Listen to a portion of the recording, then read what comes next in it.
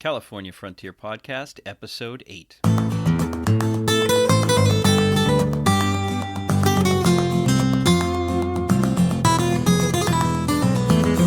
California Frontier Podcast is dedicated to helping you explore the Golden State's unique history, culture, and environment. I'm Damian and I'm your host.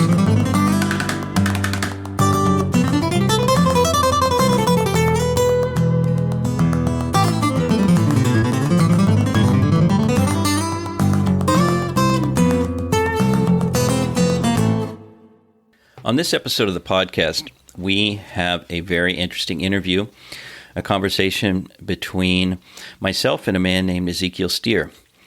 Ezekiel is an expert on native writings from 16th century Mexico City.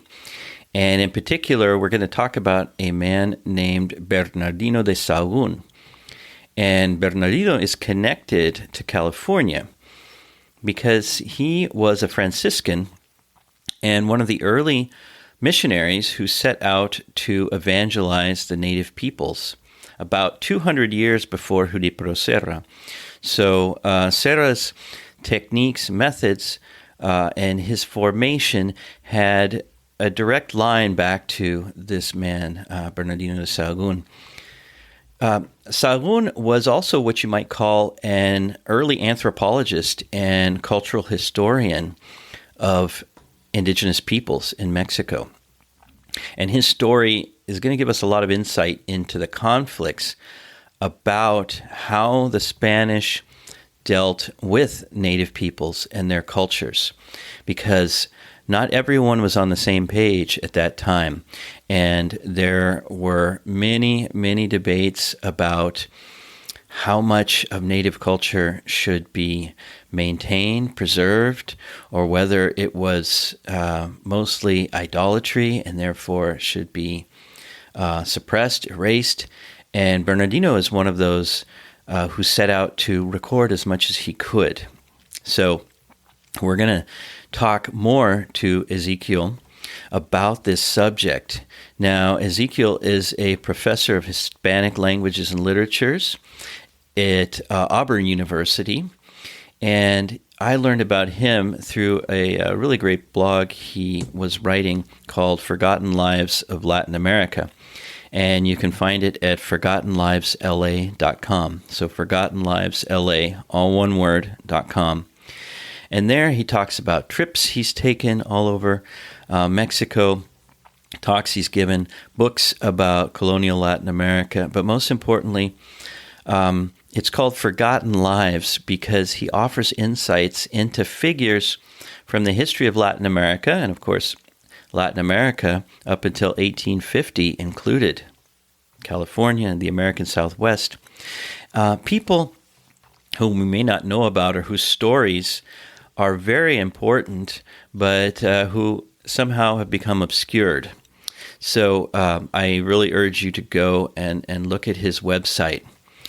So the other thing I want you to know is that I really received a lot of great input about the interview with Marie-Christine Dugan, and especially from people who were eager to learn more about native vaqueros and how Native Americans, California Indians, were some of the earliest cowboys here, and how they performed those important tasks on the missions, right, and on local ranchos as well. The other thing that many people weren't aware of was this idea of Indian militias, of native militias on the missions, and that's something that was a real fact of life during the mission period, and that Marie shed a good deal of light on when we spoke. Finally, before we listen to the interview, I just want to remind you to subscribe. People ask me about how they can get alerts on the new podcast episodes, and you can do that by subscribing on Apple Podcasts or Google Podcasts, wherever you listen to your podcasts. And the other thing, of course, is to let other people know. Spread the word, share what you heard if you liked what you heard on this podcast, let other people know. The more people that listen, write reviews, subscribe, the more that the word will get out, and we'll be able to keep doing this. So once again, thank you for your input. Keep it coming. And let's hear what Ezekiel Stear has to say. Ezekiel, thanks a lot for agreeing to be on this podcast. I've been reading your blog posts and reading the things that you talk about, and they're just fascinating. And I think they have a lot of affinity for what I've been doing regarding the Spanish colonial Spanish and Mexican periods in California. And so I'd be really interested to know a little bit about your background and what you're an expert on the colonial period, the colonial viceregal period in Mexico, Latin America writ large. Can you tell me a little bit about how you got into this subject and what drew you to it? Well, I would say it all started, I got interested in Mexico by going there and actually seeing it. And I studied at the UNAM when I was an undergrad through the University of California. And I remember that almost as soon as I got there, every day my head was spinning because I hadn't imagined it would be as complex and as rich as what I saw. I was staying in a little pension, a little boarding house in Coyoacan.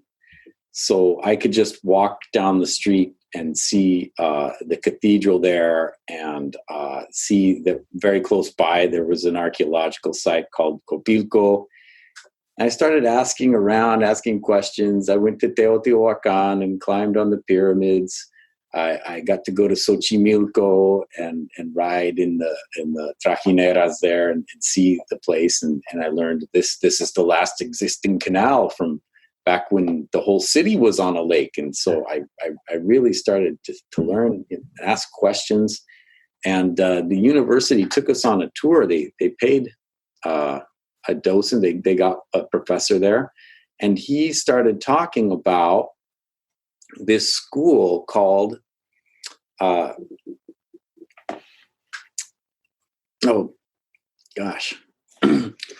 Colegio de la Santa Cruz de Tlatelolco, which just a second. You were studying at the University of Mexico, UNAM, which is the big central public university in Mexico City, right? That's right. And they sent us on this tour. And this history professor was telling us about El Colegio de la Santa Cruz de Tlatelolco. And the thing that intrigued me about what he was saying was that Franciscans came and they founded this school and they treated it like it would be any European university, like it was in Salamanca or in Bologna or in Rome. And they taught native nobles Latin and the classics and all these things. They gave them the best education that they knew how to give.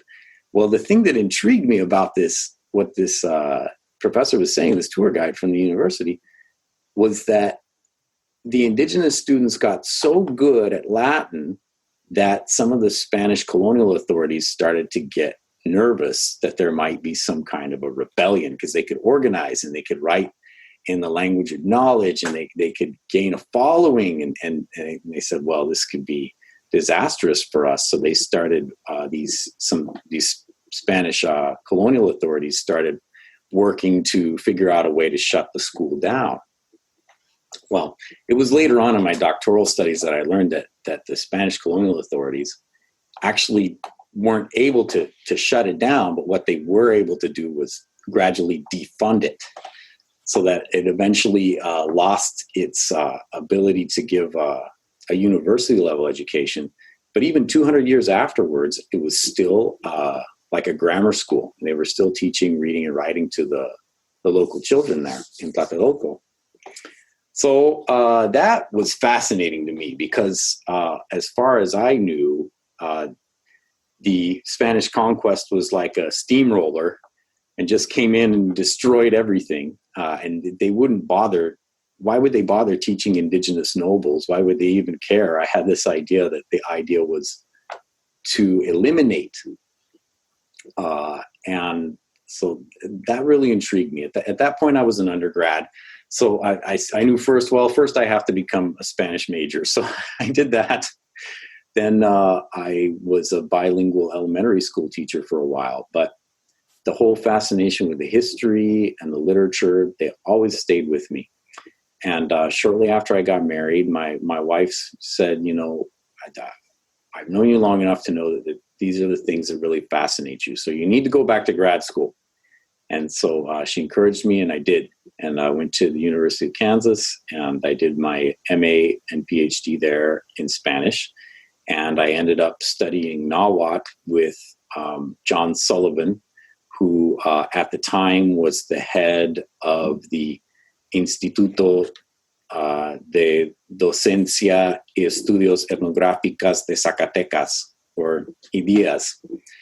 And what John Sullivan did was to empower Nahuatl tutors from the Huasteca to get their master's degrees and start giving classes, advanced classes in Nahuatl.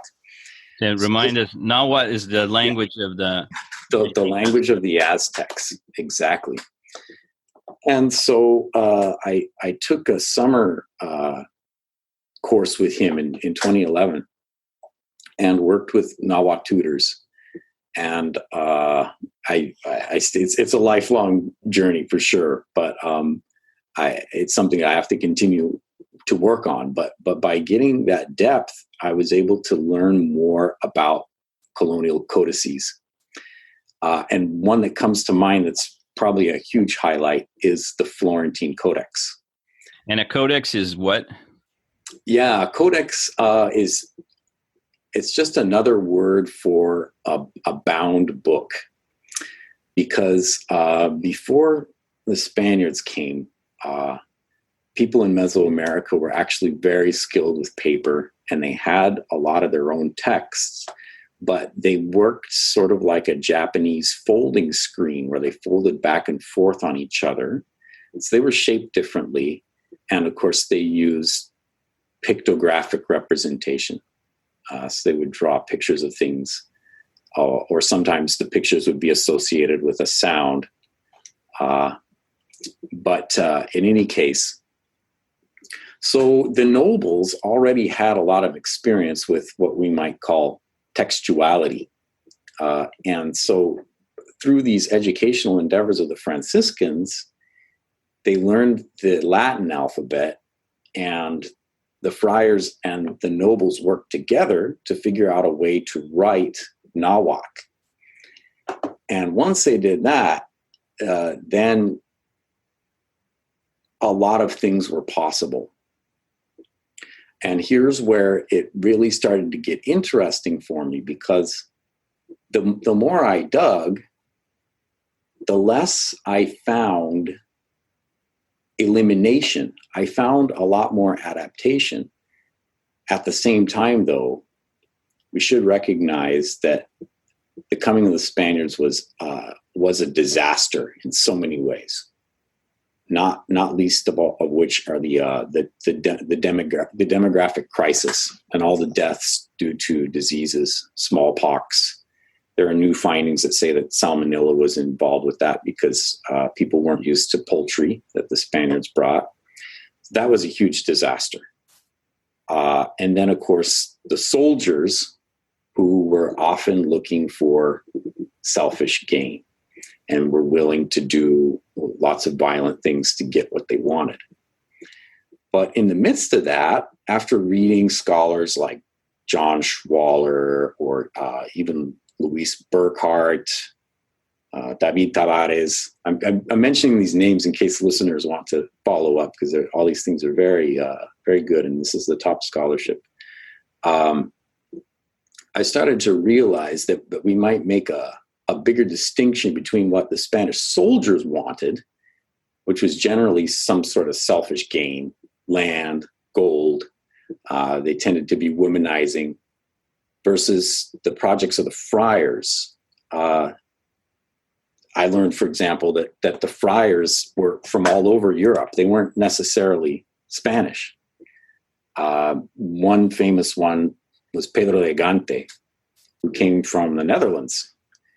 And he often spoke in Latin with the other priests. He wouldn't even speak Spanish with them. So, and it was very common for the friars from different parts of Europe to write in Latin to one another. So I had this idea of the Spanish being one thing, and that one thing was vicious and unrelenting until it destroyed everything, when in fact there was a different approach among the friars. And one in particular, the one who was instrumental in founding the Colegio de la Santa Cruz de Tlatelolco, his name was Bernardino de Sahagún, and he came to Mexico in 1534, and he came with a different sort of approach. He said, we have a very complex culture here that is disappearing because of the diseases and because of mistreatment from Spanish soldiers. He says, we've got to do something before all of their knowledge is gone so that we can have a meaningful intellectual exchange with them, so we can really understand what we're talking about. So he got his best students. He had 4 or 5 of them, and he called them los gramáticos. And among their number are a few names. Probably the 3 most famous are Mateo Severino, Alonso Bejarano, and then the one who I've been researching lately, Antonio Valeriano. Well, Sahagún said to Antonio Valeriano, who is like, he became soon his right-hand man. So these are, sorry to interrupt, so these are Aztec nobles who are working with Sahagún, or who are they? They're from central Mexico, but those 3 who I mentioned were not Aztecs. That's another layer of complexity. We normally use the word Aztec, but what we're talking about on the ground would have been a triple alliance with 3 people: the Mexica and the people of Tlacuba, which is to the west across the lake, and then Texcoco, which was in the northern part of the lake. And all 3 of them joined forces because they had a common enemy earlier, which was the Tepenac Empire, whose capital was in Azcapotzalco, which is to the northwest of Mexico City. So these 3 joined and they defeated their common enemy in Azcapotzalco. Then the Triple Alliance, who we call commonly the Aztecs, started to charge everyone tribute, and they went out and made war and expanded their territory. And without digressing too much, because it's a very, popular topic, but part of that warfare was the complex, which involved human sacrifice in order to drive their war machine and their imperial machine. That said, after the conquest, when the friars come along and they start educating indigenous nobles, not all the nobles that they educated were from the Triple Alliance. And the 3 that I just mentioned, Mateo Severino, he was from Xochimilco, and Alonso Bejarano was from Cuautitlan, and Antonio Valeriano was from Azcapotzalco. So all 3 of those nobles had different perspectives on the past of the region. And Bernardino de Sahagún had a different perspective than the secular Spanish administrators. Of course, his goal is to proselytize. His ultimate goal is that everyone should convert to Christianity. However, he took a very unique route in order to promote that. And I'm not aware of too many others who have done exactly what he did. So I guess that's the story that fascinates me. So he said to Antonio Valeriano and his other assistants, we need to travel to a place where people have not died yet and where we can find elders who can tell us their stories. And we need to write these down because the situation is urgent because so many people are dying. We know from the investigation of Cook and Bora from the 50s and 60s that there was an approximate loss of 90% of the population during the 16th century. It's a huge loss of population. So when Sahagún is doing this, about what year are we talking about, more or less? We're in the 1530s, 1534. Yeah, they went to a town called Tepeapulco, which was, it's in the modern state of Hidalgo. And it was a 3 days walk there. And so he set out with his gramaticos. And this is the part where I wish there was some sort of recording or something, or some sort of someone taking notes along the way, because we know that these men walked together for 3 days. What were they talking about? We can infer that they were talking about, well, what are some points in common that the Franciscans have with the wisdom tradition of the indigenous people, of the Nahuas. I think we can infer that that's probably what they were talking about the whole way there. And that, of course, that kind of intellectual conversation flies in the face of what we usually see in the media and read in textbooks about how violent the Spanish were. So they got to Tepeapulco, and there's a woodcut that shows Antonio Valeriano interviewing elders and then sitting at a desk and writing down what he had said, or what they had said in the interview. And then behind him, Sahagún is observing and making comments. And what's amazing about this woodcut is that they use the Aztec symbol for speech, which is called a volute. It looks sort of like almost like in cartoons where someone has a speech bubble. It's like this curlicue that comes out of the mouth.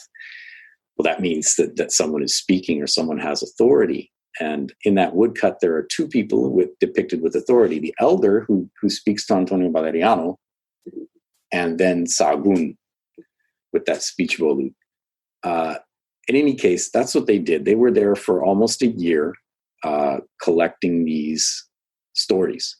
And they had an interview format that was consistent for everyone. And it consisted in about 10 or 11 questions, essentially the gist of which is, what are the important things that you want to tell your children and your grandchildren, the knowledge that you don't want to disappear? Well, Sahagún had this process, and he called it colaciones, or siftings. And he would ask the same questions in Tepeapulco, which was the first stop in his. He spent about 30 years collecting these things. The second stop was in near Teotihuacan, and the third stop was in Mexico, Tenochtitlan. No, excuse me. The second stop was Tlatelolco. And then the third stop was Tenochtitlan. So in those three locations, they used the same interviews. And the only material that he considered valid were the answers that were the same in all three of those locations. Okay, so for his time, he had a pretty rigorous process in order to say that something is worth writing down in the final edition. He wanted to write this thing called La Historia Universal. And it was in the 1570s when they finally had all the material together, and they went to the Colegio de la Santa Cruz de Tlatelolco, and they were working to compile this. They had the money to buy all the ink and all the paper they needed, and they set up a scriptorium, and they wrote down everything. And they came up with over 2,000 folios. They came up with 12 volumes. So to use the word encyclopedia is a little out of place in time, because the encyclopedia doesn't get invented until the 18th century.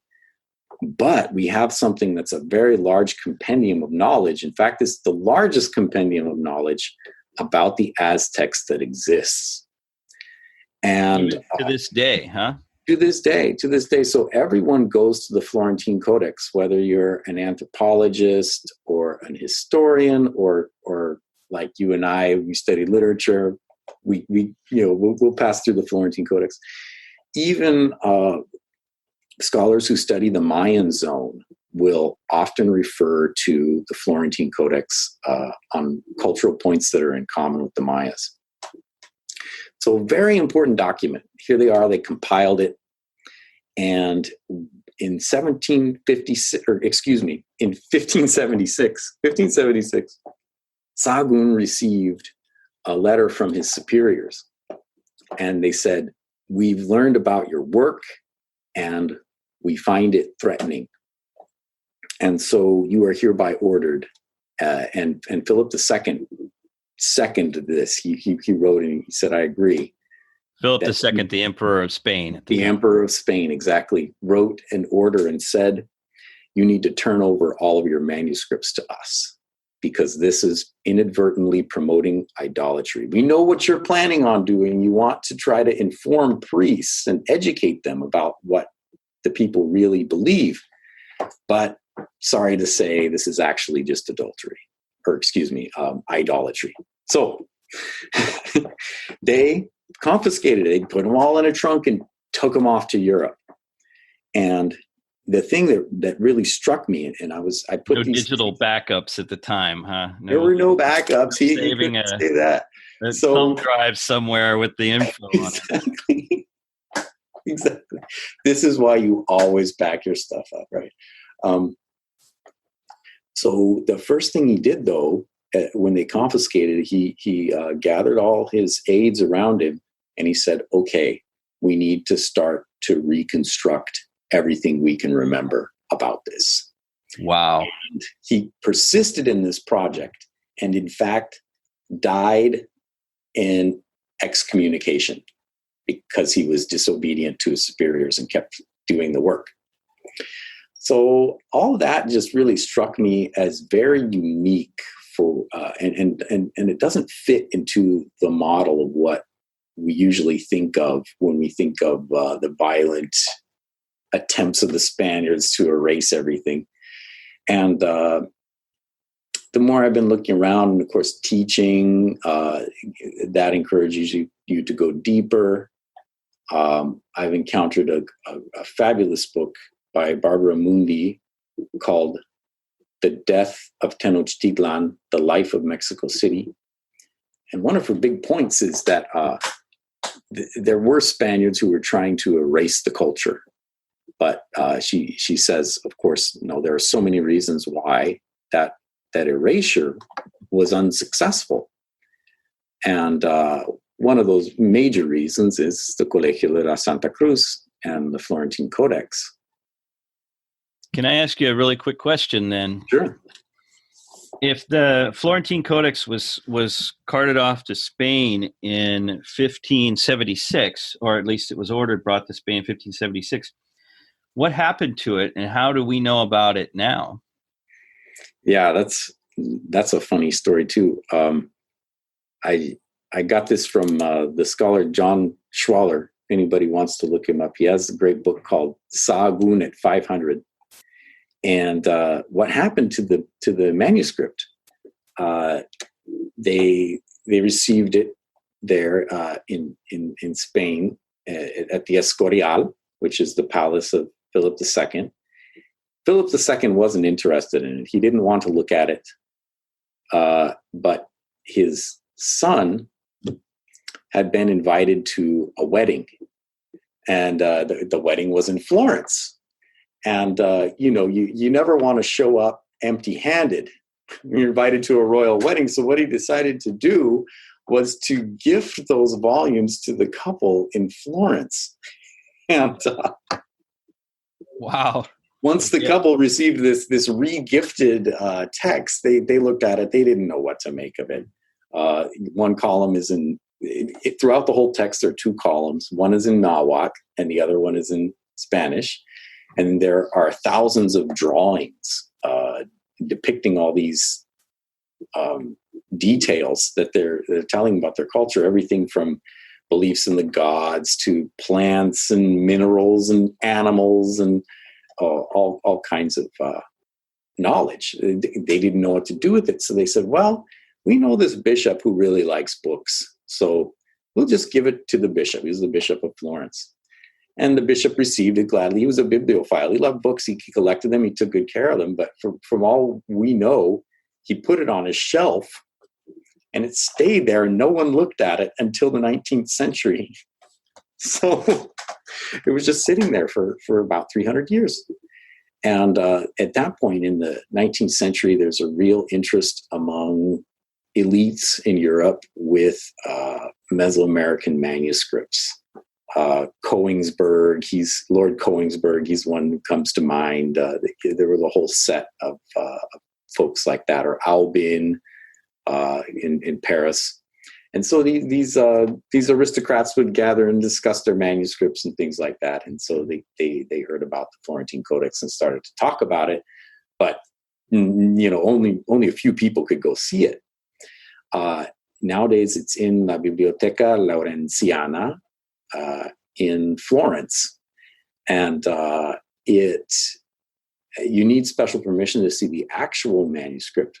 But fortunately, it's accessible now in a lot of ways. It's on the World Digital Library. You can type that up pretty quickly if you go there. The World Digital Library has the whole Florentine Codex, and you can look it up either by Florentine Codex or La Historia General de las Cosas de Nueva España, which is another title that it has. And you can look through it, and it's high resolution, and it's very nice. And also back in the 70s, the Mexican government made a lot of facsimiles. They made about 5,000 facsimiles, and they're in different libraries. I know that's in the Chicano Cultural Studies Center in LA, and I know UCLA has a copy. People in Chicago can find it at the Newberry, and you don't even need special permission to see it. All you need is you can come off the street driver's license and see all these manuscripts at the Newberry. So it's amazing that we have such access to that now. That concludes the first half of my conversation with Ezekiel Stear.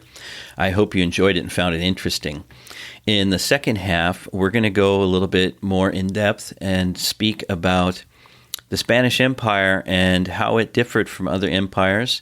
We're going to talk a little bit about the Inquisition, and we're going to talk about how native cultures were preserved in Mexico as the colonial period went on.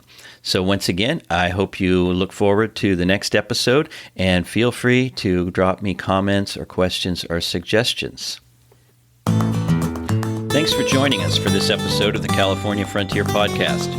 If you like what you heard, consider leaving a review on Apple Podcasts, Google Podcasts, or wherever you listen to podcasts. But most importantly, spread the word. Let other people know.